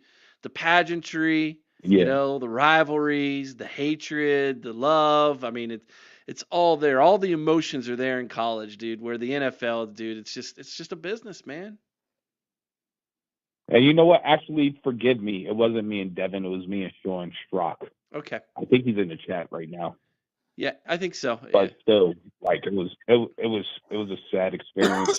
But she was an awesome guest, man. She really knows her stuff. I didn't realize how athletic that family was. That's insane. It's like Caleb Downs' family. Some people are just born to actually play football, like, and just use that as the platform for glorifying the Lord. Right. That's what I believe. Yeah. And I believe the Bosa family and the Downs family are two families that are that exclusively. Yeah. No, I hear But you. yeah, I hear. Did you get a chance to? I'm glad I got to talk to you guys. I'm glad you called in, man. I really I am. I'm thrilled you called in, Mello. And listen, I know Mello that you I know you are you got better internet. You've told me that, man. So I plan on I'm working on my schedule for the Sunday night roundtable shows where we invite former players and podcasters and media members and things. I will get you scheduled here soon, all right, brother? Absolutely. I mean, you got all my contact information, so get a hold of me. Yes, my internet is looking great, actually, and how Chris's internet was looking today is making my internet look even better. So that should give you an idea how good my internet is. And Chris's internet wasn't even that bad today, to be honest with you. Spectrum crap, But man. yeah, my internet is perfect now, man. That's so good. I'm going fiber optic. This stuff. That's so good. All right, you're on fiber optics? No, I'm going to fiber he's optic. going to. Oh yeah, you're gonna be golden, man. Once you get that, Lacey, go ahead and call in. Everybody's waiting to hear your voice. Don't be shy. We need new callers. That's right. All right, fellas. OH. IO. All right, so I've got real fast here for you. Let me do this. I got another one for you that I think maybe I just saw he just jumped in. It just jumped into the chat, so I hope he's still there. Matty Butcher from Australia. How about this? He looks more like Ryan Day. I know, doesn't he? He looks a lot like Ryan Day. I know. He could do Ryan Day. You're definitely Dom DeLuise. He's definitely got Ryan Day's look. He's the Australian version of Ryan Day. By the way, after this next phone call, remind me before we're done for the night. I'll tell you a Matty Butcher story because we sent him a care package, and I threw some goodies in there for his kids, and he sent me some videos. It's really good stuff. All right, let's see here. Who we got next coming in, my man? All right. Ooh. This is going to be interesting. I believe we're talking to a Notre Dame fan here. Hello. What's happening? Brian Kelly's caddy. Formerly Brian Kelly's caddy. My entire life, Anthony. So yeah. How's it going, gentlemen? How's it going, Eric? Oh, and Chris, how you doing? Dude, I am feeling so good right now. I don't care how sick I am. Just knowing that we beat down Notre Dame was good enough for me. Oh, listen to him. Listen to him. It takes every inch of my soul to try to be cordial to Chris. So, I will Hey, just leave it at that, and we'll be. I'll give him every time I see Chris. I'll just give him a friendly nod. there We How you can about do one of that. those? there We you can do go. that. There you go. There you go, All right. man. All So right. what's happening? We'll leave it at that. What's happening over in Notre Dame land, Anthony? By the way, Oh, a lot, man. you would know more than me. How's Kennedy holding up, man? Um, I think we're all the same. I think it's still a little traumatic, right? I wouldn't say it's the same Notre Dame story where you get close to the finish line and you just don't get past that hump, even though technically is. But I mean, under Brian Kelly, I mean, we would just get destroyed by tier one teams. And, I mean, it kind of looked like it was going to be that way until we started coming back. I mean, we all saw it. I mean, I even watched the live show with you guys and experienced it together. But I mean, yeah, there's a lot of stuff going on in Notre Dame land to feel confident about. Everyone has seniors leaving and people declaring for the draft. We had our defensive coordinator leave, just like you guys. The position of Chris Ash is still a little iffy to me. I mean, I'm hearing mixed reviews. Why we're not promoting Mike Mickens is beyond me, but I mean, there's rumors that it's just going to be like a code DC kind of thing, and I don't know if Chris Ash is going to be like a 1-2 year rental, and we'll see if he does well. If he doesn't do well, then we just promote code DC to DC1, and yeah, man, like we're chugging along. Right now is the off season, and it's just off season things that are transpiring right now. So, Gotcha. Anthony, got to ask. You've got. It seems like a lot of news has been made out of the offensive line. You've had what 3 starting offensive linemen leave, but is that just because there's so much depth there that these guys were going to be kind of moved out of the way anyhow for the guy? Because you had a couple of the guys who are coming back who would have been starters if not for injury anyhow, right? 100%. Yeah, that's exactly what's going on. And those guys, like, they're not promised a starting position. And, with NIL or people just trying to get to the league somehow, like, you got to do what's best for you, right? So it sucks to see those guys go. They're great talent on the field, but I feel like we have better talent that's going to be on the field come this season, technically, because we are in 2025. I mean, we're in it was about to be February, right? It feels like, Right. Yeah. like you could say next season, but we're already in 2025. So Yeah. it's like a few more months away. Or not a few more, but, like Weeks. 7-8 more months Weeks, away. man. So We're weeks from I'm spring ball. excited, but, right. I mean, I'm seeing a lot of stuff, go down in OSU land right now. I mean, with Jim Knowles being a freaking traitor beyond belief. I mean, that's how we're all feeling, right? Is he a traitor? Is that what we think of this guy? I don't, but some will. I Now, mean, here's the thing. I'm probably going to be criticized for taking this stance, but I don't consider Knowles a traitor. I consider really. him a Interesting. 3-year rental Well, and that's kind of the because if that's you his MO. yeah, and I haven't had an I've been staying away from talking about this, to be honest with you, because everybody else is, and I usually zag when everybody else is zigging. It's kind of what I do. But um, Right. he stays at one place for 3 years. It's what Yeah. it's his MO. It's what he does. And I always thought if we had him for 3 years and we won a national championship, mission accomplished. And you know, I think he kind of wears his welcome out at places.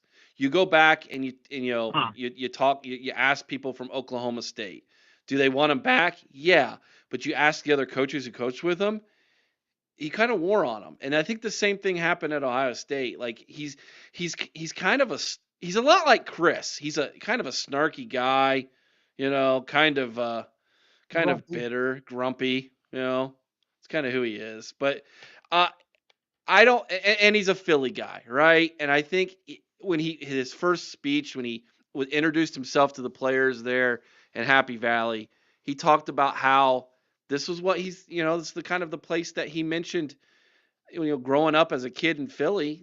I watched Penn State as a kid growing up. I wasn't good enough to play here.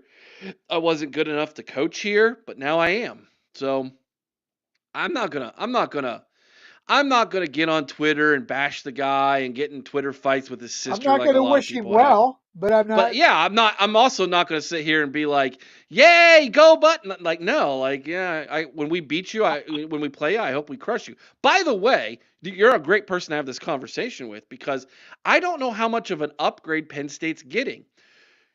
Yeah. You guys scored 23 on us, right? I think 23 in the national championship game. Right. What did you score against Penn State? Wasn't it 27? Around the range, yeah. I think you scored 4 more points against Penn State than you did against us. So I guess they're getting a 4-point upgrade in defense, I guess. Yeah, who knows, man? I don't know how to feel about him going down to Penn State, and like we've mentioned in the past, man. Like I just don't think James Franklin's the guy. I just like Brian Kelly, right? Like he'll get you there, but you won't cross that finish line. So I don't know. And until he proves me wrong, my stance remains the same with not only James Franklin but with Chris, right? Chris, until you give me that apology about Marcus Freeman, I think it just remains a friendly nod kind of relationship. I will never say anything good about Marcus Freeman. Yeah, you will. You'll have to. I'm teasing. He'll have to one day. Chris, no, I won't. Yeah, you will. Right, hopefully. You might have to one day. I will never. I don't care if he becomes the coach at Ohio State. I will not have a nice thing to say about him. Because he's a traitor. I don't believe that. I do not believe that. I don't believe that. He is a traitor and a weasel. I don't believe that. You can believe what you want, but you're wrong.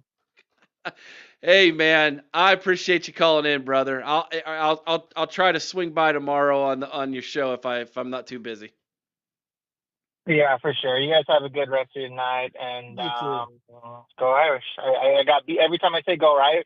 No, I'll leave you with this. Every time I say go Irish on any video, doesn't matter if it's live, doesn't matter if I'm catching it after the fact, I always get beat up by your fan base. And I'm doing it for the thumbs up, for the like, the subscribe, the engagement. I'm trying to help you guys out a little bit, right? Yeah. And I just get beat up by your people, but it is what it is. I'll remain the same. I'll always support you guys, and I'll be here. Appreciate you, buddy. Have a good one. I'm too tired to argue this tonight. I just the flu has got me zapped. I'm too tired to argue what a backstabbing, no good, worthless weasel piece of crap Marcus Freeman is. You are leaning in so heavy to this that it's not believable anymore. Until he apologizes. It's not believable anymore. No one believes you, Chris. I don't care if people believe me or not. No one believes. It's not believable. You've leaned so heavy into it that no one believes you. I am all or nothing with everything. You're not. I know you're not. I am all or nothing when it comes to this. 100%. Oh my goodness gracious. All right, let's go to one more, man. Joel, what's happening, buddy? This ain't Joel. Who is this? Who am I talking to? You're Rocky, talking to your Rocky, conscience. my bad, Rocky. Rocky, I'm sorry. Your number was right below Joel's, and I looked at the wrong one. I'm sorry, Rocky. Yeah, I was about to play along with it, about to mess around. Yeah, no, this is conscience. This might be God speaking. You talk about your sins. Oh, good Lord. All right. What you got on your mind tonight, Rocky? Well, Chris, I love Chris, but he is I call BS on what he says. Like, oh, never give him credit. He comes to Ohio State. He wins his national championship. He's going to be all over his nuts real quick. Nope. Trust me. Nope. I don't believe it. I might stop watching Marcus the Freeman. He team came if to Ohio keeps State, and he became he stood the shoulders of giants. He was a Jim Tressel disciple.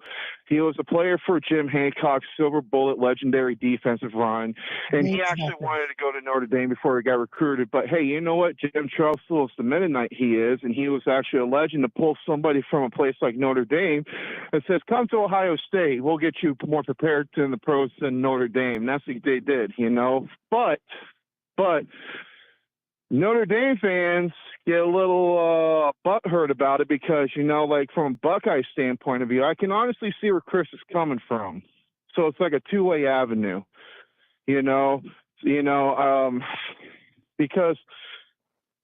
it depends how you look at it. But, Chris, I'm sorry, buddy, but I don't believe you.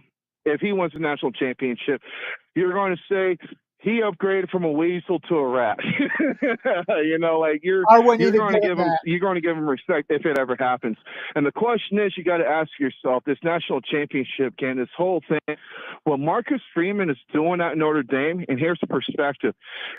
It's kind of like he's going to be auditioning to be the next head coach at Ohio State after Ryan Day. That might be something in the future. Like, he's kind of like auditioning here for a higher role. Should he leave Notre Dame to go somewhere else? In Ohio State, there is no other place in Ohio State for Marcus Freeman to go to. So he has his roots in Ohio, whether you want to accept that or not. I can accept he may have roots in Ohio. Doesn't mean I think he's a good person. Doesn't mean I think he is anything more than a weasel. He talked his crap. He coaches a bunch of young men to be good people, but he's not a good person. I seriously doubt that. Coaches are great people. That's like the same position that other people take about Woody Hayes because of the forearm cleaver against Clemson. That's the exact same stance that people do. When he spent decades of educating young men about literacy because he was actually really big about teaching kids about the English language because a lot of kids were being illiterate. So he had Sunday classes to where it was like power talk or power speech or something. But Woody Hayes holds classes. I mean, I'm sorry, bro. But coaches are great people. Jim Harbaugh's another story, and that's another segment I want to get into because I got problems with that. Okay, no, man, I will concede you're entitled to believe what you believe, but I'm just giving you I don't buy that. Marcus Freeman is a great person. You disagree with that. I disagree with that. It is what it is. Okay, let me correct myself then. I will concede he's a good person. He's a lousy Buckeye. Okay, I'll concede to that then. I'll meet you in the middle with that then. Fair enough. Wow, we are lousy Buckeye, but I'll take that. We are breaking ground on this show. Thank you, Rocky. You did something that I have not been able to do for Chris in the better part of the last 2 years. I still hate his guts. You got him to move his stance on Marcus Freeman. No one's been able to do that. I still hate his guts. You. I still think he's a weasel. He's a terrible, terrible Buckeye. Should never be allowed on campus again. But he might be Chris is gonna be coming out with a goon squad. There he is. Get him. Right. Oh God. Hey. Okay. So we got that out the way. One thing is on my mind, Eric. You said something about you're not in trouble, trust me. But you said something about we're taking the higher road where they try to plant that flag on our 50-yard line. You know what? F that. This is war. You coming around in our backyard planting your lousy POS flag in our 50-yard line, and then you're going to dog on Ohio State fans for defending their own turf? Okay, how about this? Chris, how about me and you take a trip to Ann Arbor, get 50 gallons of diesel fuel, pour it on Michigan's field, and burn the old block before this game day so at least they see that old block right there to really get at them. You know what they should do? Tear down that banner. Our club support you. What club? The cheating club? Get the hell out of here. You're over there admitting that. This whole thing's really, for the longest time, I was like, you know what? I hope Michigan didn't cheat. It'll be bad for college football. I'd rather lose to a team that plays better than us. Time goes on, more and more evidence show that not only Michigan lied about it, but what they did to lie about it. They deleted their text messages. They were uncooperative with the NCAA officials during the investigation part. And then Michigan was like, oh, no, we didn't do that. And then they go, okay, maybe a little bit. What are you talking about? So what you're doing, for the longest time, I wanted to avoid that because it is bad for college football, and it's bad for the Big Ten to lose the national championship because of the fact that representation of the conference. My personal belief, every year, bowl games to me are the supremacy of conferences. I mean, like that's my opinion on it. I do root for Michigan against other teams, especially SEC teams, because when you got a Big Ten team winning bowl games, that adds the depth of stack of how strong our conference is. That's the way I look at it, But with this whole cheating thing with Michigan, I would like to see repercussions.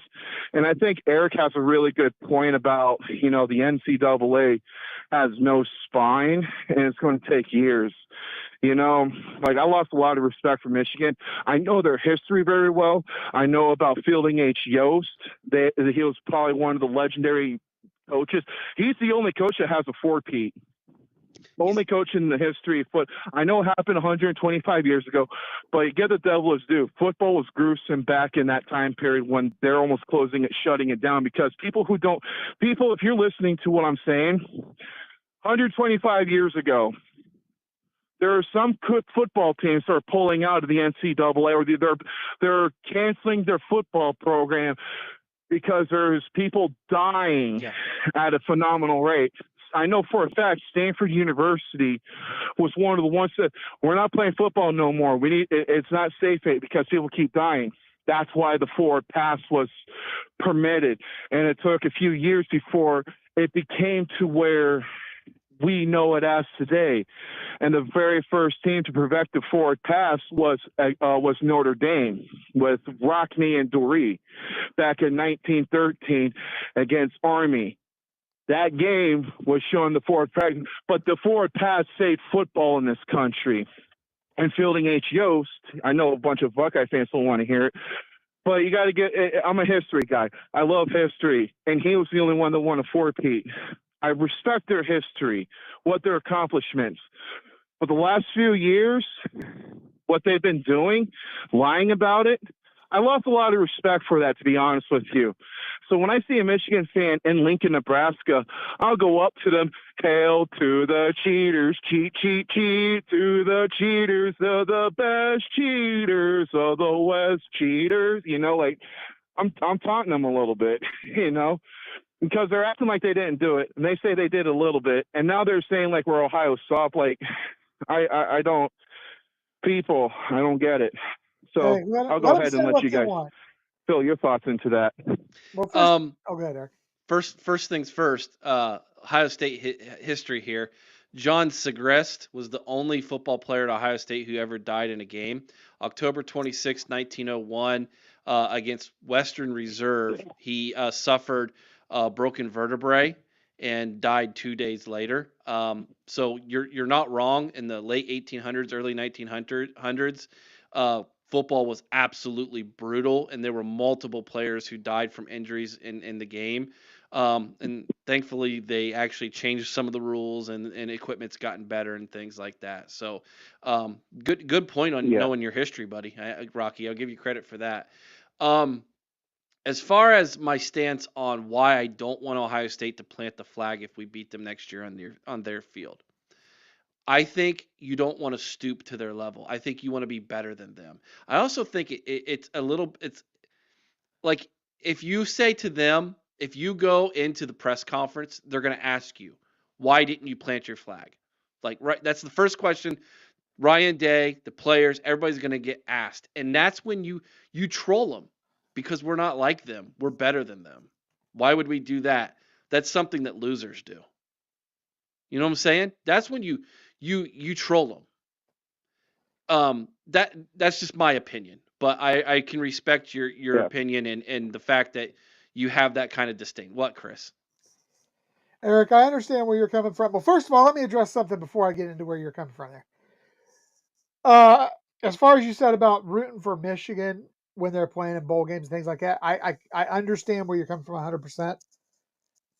I would sooner just pluck my eyes out of my head with melon ballers than root for that team under any circumstances ever. You know, I understand where you're coming from about wanting the conference to look better. I just can't root for them. It's just, they are vile, they are disgusting, they are trash. And I want nothing to do with them. And as far as what Eric said about taking the high road, I can't get down with what you're saying about setting fire to the stadium. But let me tell you, I definitely think I say screw being classy. Walk out there, whip it out, and take a piss on the end right after a game. Yep. Preach. Because that's what that kind of trash deserves, and that's what they understand. Oh, you guys are funny. You're funny. Okay. So, Chris, I said from the very beginning I'm an eccentric Buckeye fan. That's what I mean by that. I will root for my rivals for the overall betterment of the conference. This is the debate. I'm not, I understand what you're saying. You guys are diehard Buckeye fans, born and raised Ohio. You hate Michigan. I get that. So, as a Buckeye fan, I'm not arguing against well, I can't do that. That's fair. I understand. So last time I called, I said I was going to talk about this thing called the Toledo War. I asked a lot of Buckeye fans. They don't even know what this is. So, history lesson, this is why I want to close it off. This is my last little part. Toledo War, history. For all the Buckeye fans that don't know about the story, listen closely, because this is the reason why Michigan and Ohio State is one of the biggest rivalries in college football. Back in the 19th century, back in the old days, Ohio State was a state, and then Michigan was a territory. It was not a state. It was like in 1830s, 1820s, around there. Okay. There's a thing called the Toledo War. It's called the Toledo Strip. Northwest Ohio, Toledo, there's a strip of land in Ohio.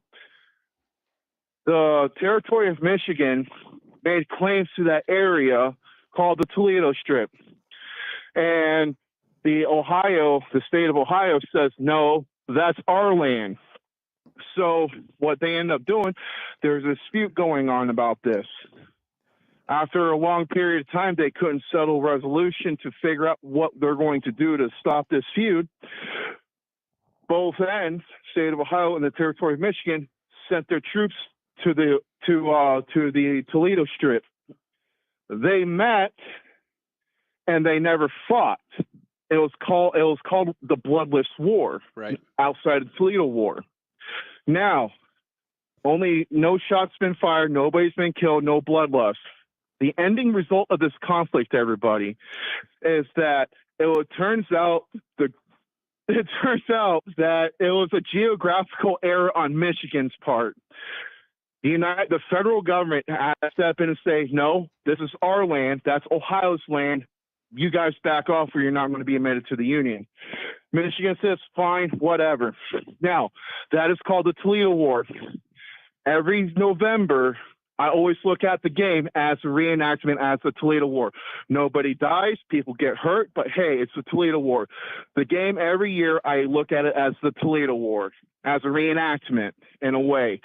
And that's why that's why I consider it to be one of the greatest rivals in college sports, because it has history, very in-depth history, like Army Navy, like Yale and Princeton, and so on. But yeah, now some of you Buckeyes know exactly what the root of the rivalry is and why it's very important that we beat the hell out of them every single year.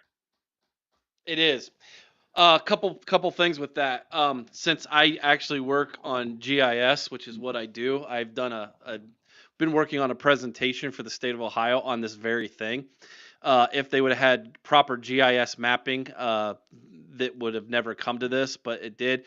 Do you know what river they met at for this war? Michigan being on the north side of that river and Ohio being on the south side of the river. No, I don't. It's the Maumee. The Maumee. The Maumee was the river. It feeds into the bay there in Toledo into Lake Erie. And there was one shot fired, and Michigan said it was the Ohio militia who fired the shot. Ohio says it was Michigan, the Michigan militia who fired the shot. No one knows who it was, but there was one shot fired, and indeed it is known as the Bloodless War up until we started playing football, and then it became a very bloody war. Good stuff, Rocky. That's good. I love that kind of stuff, man. Love it. By the way, if you go to Toledo, there's a store. There's a sports store where half of it is Michigan and half of it is Ohio. It's pretty cool. Yeah, they want to give Woody Hayes a heart attack in his grave. That's nice. But make sure you count your change on the Michigan side because you know how they like to cheat. Yeah. And make sure that you don't purchase any gas in that state. Push the car over the state line and fill it up in Ohio, right? That's what Woody Hayes said. So anyways, good stuff, Rocky. Good stuff, man. I love this kind of stuff, dude. And yeah, it's look it up. It's really, really, really cool. Appreciate the phone call, brother. Yeah, y'all have a good one, safe one. Chris, I really hope that you get over the flu. Kick its ass like it's Michigan, you know. I'm doing my best, man. Just got to ride it out. Ride in the storm out. All right, thanks for calling, Rocky. OH, buddy. IO. Okay. Quick update for all of you tonight. Thanks so much for all the super chats tonight. Let me bang those out real fast here again. All the super chats. I missed Coconut Sunday night, and I forgot to mention it. Coconut, if any of you see Coconut in any of the chats and any other shows, let him know. Thank you for the super chat from Sunday night. I'm sorry I missed it. We did get it. I appreciate that, Coconut. Thank you so much. Ryan Day's Beard. It started off as Ryan Day's Beard. It did not end the night at Ryan Day's Beard. Gifted one membership. DK came in to see this wild event tonight. Started us off with a $4.99 super chat. Ryan Day's Beard followed that up with a $5 holla. We got Joel Rocky Mountain Buckeye with a $4.99. Donald and Karen Rosbach with a $10 super chat as things were continuing to roll. Is it Bilal? B-I-L-A-L? Bilal? $10 super chat. Hit them hard and see how they fall. Never let that team get the ball. Hail, the gang's on. $1.99 super chat from DK. He was apparently giving us $1.99 for cussing in the super chat. Or for cussing in the chat.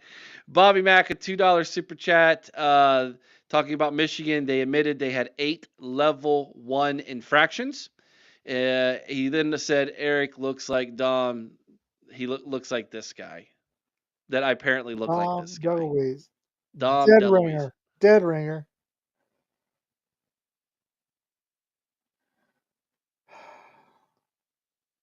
It's pretty good. I can't lie, Chris.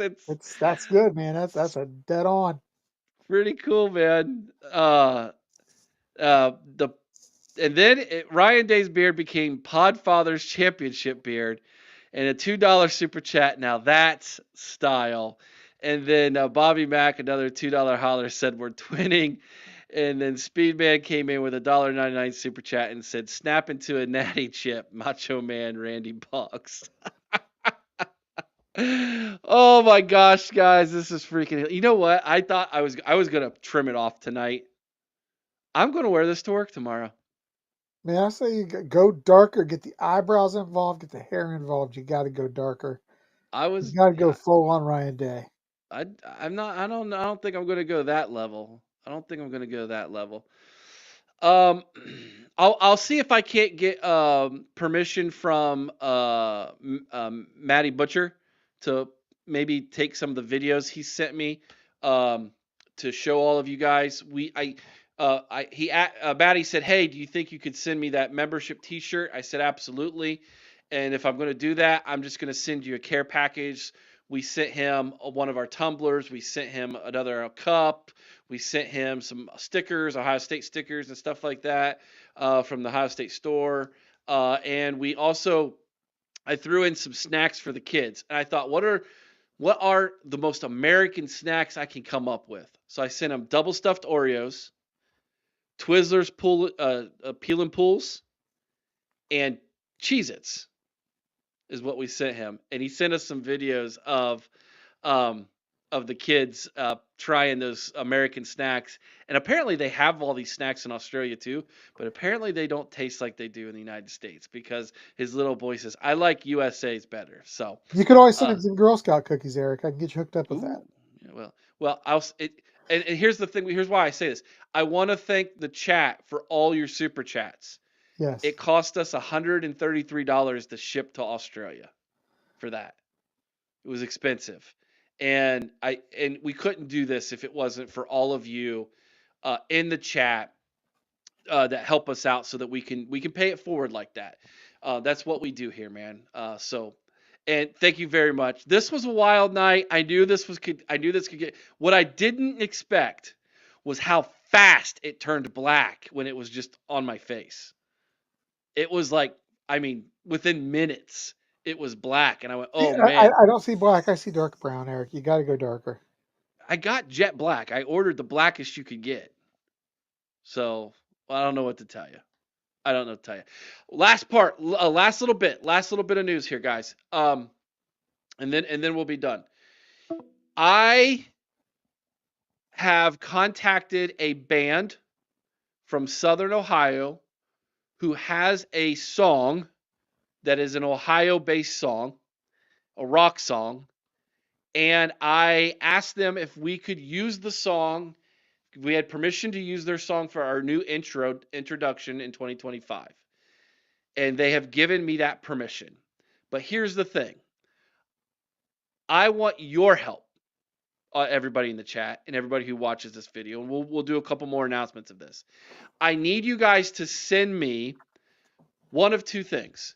I need you to send me a picture of you wearing some OHIO podcast gear if you have it. Or send me a picture of you doing like an OH or you with somebody else doing an OH or doing an O, whatever. We want pictures of everybody who supports this podcast. We want to put you in our new intro.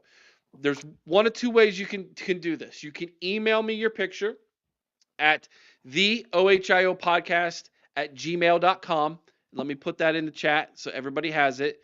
theohiopodcast@gmail.com. Or you can instant message it to me if you're on Facebook, or you can DM me if you're on Twitter and you follow us on our social medias. You can send it that way. But yeah, I want everybody to send me a picture of them either in OHIO podcast gear or in Ohio State gear doing like a OHIO type of thing. And if you don't have OHIO podcast gear, I was just going to say, and you want some, go to our website. Go to our website, theohiopodcast.com. Click on the store link, and you can get yourself a Lunatic Fringe t-shirt. We're going to be coming out with some more t-shirts, or click the merch button if you want to order some of the older stuff from the 2024 model. And Eric, if they would like to, while you're doing this, I will go ahead and reinstitute free shipping for a couple weeks while we're doing this. If they want to get OHIO podcast merch, just go on. I will turn on the Pod Squad code again. So just use the code Pod Squad. There you go. Free shipping. Use the code Pod Squad. There you go. Chris, do we have any other OHIO podcast merch other than the Lunatic Fringe t-shirt? We've got the Lunatic Fringe. We've got the Podfather should be out soon. Okay. We've got the hat. The t-shirt should hopefully be out soon. And we are in the process of working on a couple more shirt designs right now. Okay.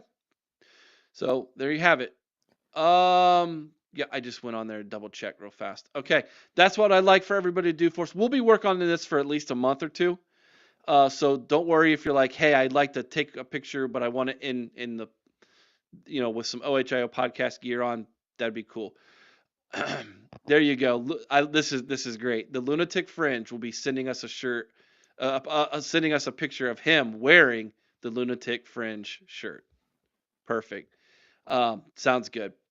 All right, guys. Thank you so much, everybody, tonight. I also saw that there was someone new in the chat tonight. Says that he was enjoying this. Appreciate you coming in. And yeah, we do live every Sunday night, 8 o'clock. We do a live roundtable where we have a guest. Monday night, we do Dr. Corey does the Buckeye Therapy at 8 o'clock Eastern, and Thursday night is our live call-in show. And coming very soon will be a second live call-in show, the Wild Man's call-in show. So coming very, very soon. And Podfather's Championship Beard, I got a picture for you. Apparently, I had a face for you tonight. You know what? I think coming soon will be the Eric/Dom DeLuise T-shirt. Well, you have the perfect picture. You can go back and freeze frame and do a screen That's grab what I'm of gonna do. now. Oh my gosh. Yeah. I hear you, man. Bubba says he's new. Good to have you in, Bubba. Make sure if you haven't on your way out, everybody, smash that like button. We really do appreciate it. If you're not already, please subscribe to the channel. We really do appreciate that. And be checking out all the videos we got coming your way in the next couple of days. I got asked, Chris, when are you going to do another basketball podcast? Soon. We'll be doing another basketball podcast very, very soon. And guys, someone asked about varsity videos too. You know, we've talked about reviving that, maybe doing a show a month, Eric. Maybe. I would not be opposed to that. I know that our boy Corey also is a big movie guy. Maybe between the three of us, we can collaborate with a little bit of something there and revive that as well. That was a lot of fun doing those. Yeah. Stan Brooklyn, I think maybe you might have been the new one. I'm not sure. If you were, welcome in, man. Appreciate you having us here tonight. All right, guys, that's it for tonight. Be kind to one another. I owe someone's OH. Sing Carmen Ohio with all your heart. Till next time, OH. I owe. Go Bucks.